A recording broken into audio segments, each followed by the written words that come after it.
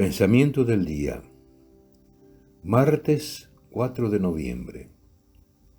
Iniciativa y laboriosidad.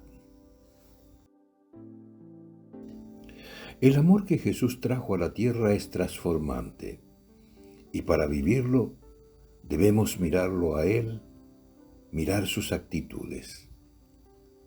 Debemos estar decididos a ser los primeros en amar, a tomar la iniciativa en todas las situaciones. Quizás nos da la impresión de que no hay nada que hacer con una persona en concreto, un compañero de trabajo de temperamento difícil. Hay en la familia, en el grupo o en la comunidad a la que pertenecemos, situaciones absurdas que nos empujan a encerrarnos en nosotros mismos o quizás a huir.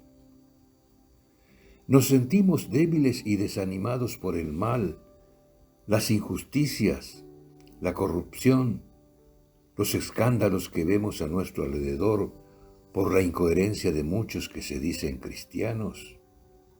Sentimos el drama de la división que sigue habiendo entre las iglesias cristianas que tanto nos hace sufrir.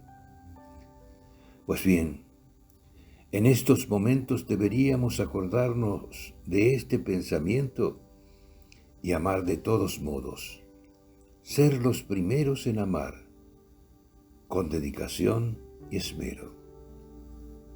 Ser como Dios, ricos en misericordia. Chiara Lubich.